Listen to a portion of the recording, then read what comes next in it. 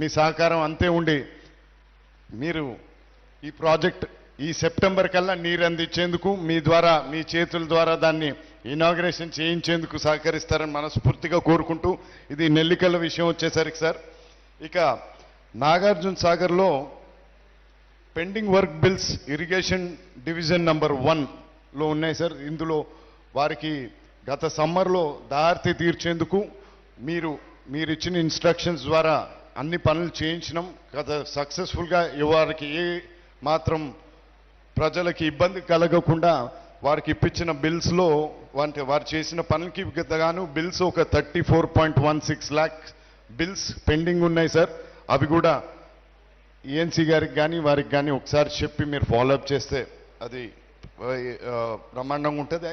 అదే 25, 26 గాను ఈ సంవత్సరానికి 60 లక్షల ప్రపోజల్ పెట్టినాం సార్.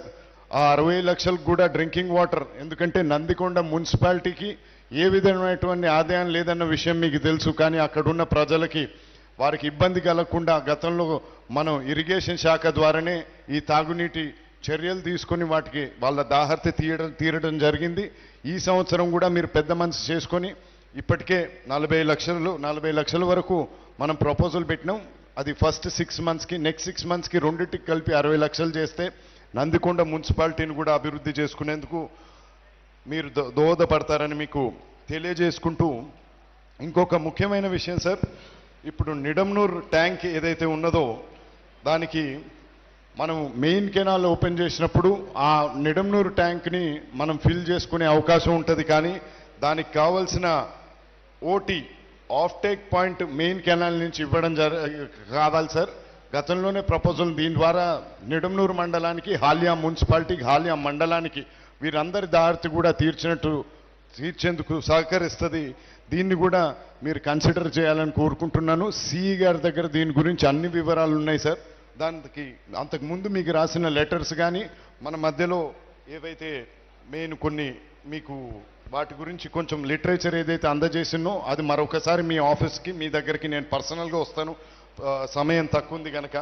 దీని గురించి సార్, అదేవిధంగా ఇక లిఫ్ట్ ఇరిగేషన్ స్కీమ్స్కి వచ్చేసి IDC and NSP lift irrigation schemes total 18 IDC స్కీమ్లు, 17 ఎన్ఎస్పి లిఫ్ట్ స్కీమ్లు ఉన్నాయి సార్. అందులో ఫంక్షనల్ టోటల్గా ఐడిసి వాటి కింద 4 ఉన్నాయి, పార్షలీ ఫంక్షనల్ 1, నాట్ వర్కింగ్ 2 ఉన్నాయి సార్, అబాండెండ్ 11 ఉన్నాయి.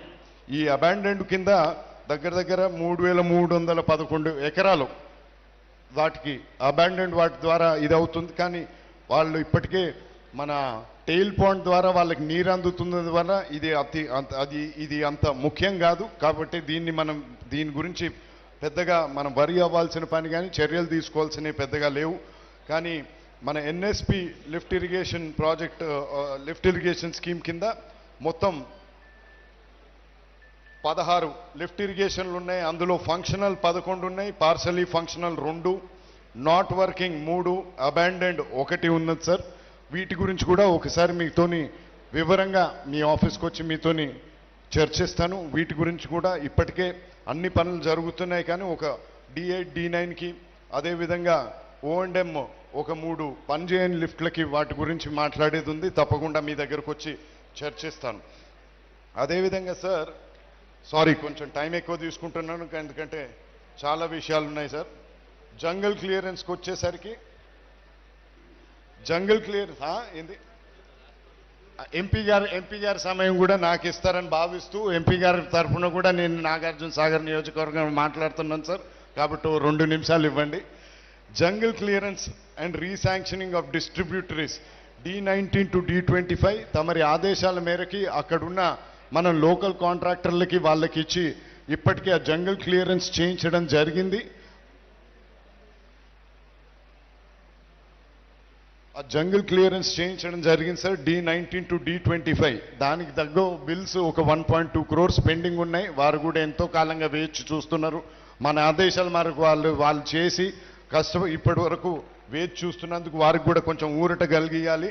కాబట్టి మీరు వెంటనే ఆ 1,20,00,000 కూడా శాంక్షన్ చేస్తానని భావిస్తూ ఈ జంగల్ క్లియరెన్స్ దానికోసం మనం ఫ్యూచర్లో ఇట్లా కాంట్రాక్టర్లు ఎప్పటికప్పుడు కాకుండా ఏదన్నా ప్రొవిజన్ పెట్టుకుంటే ఎస్ఎల్బిసికి అది బాగుంటుందని నా సలహా సార్.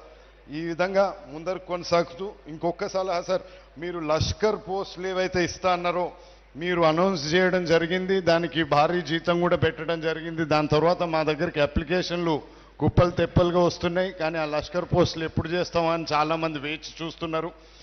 అది త్వరగా నింపగలిగితే గ్రేట్. లేని పక్షంలో ఒక సూచన సార్, ఈ లష్కర్లకి ఇంత పెద్ద జీతాలు ఇచ్చి మన రాష్ట్రానికి భారంగా అవుతుంది అనుకుంటే ఏదైనా కాంట్రాక్టర్కో ఏదైనా ఏజెన్సీకి మనం దానికి ఇవ్వగలిగి వాళ్ళే కాంట్రాక్టర్లే దీన్ని మెయింటైన్ చేసుకోగలిగితే. ఎందుకంటే ఇప్పుడు మా దగ్గర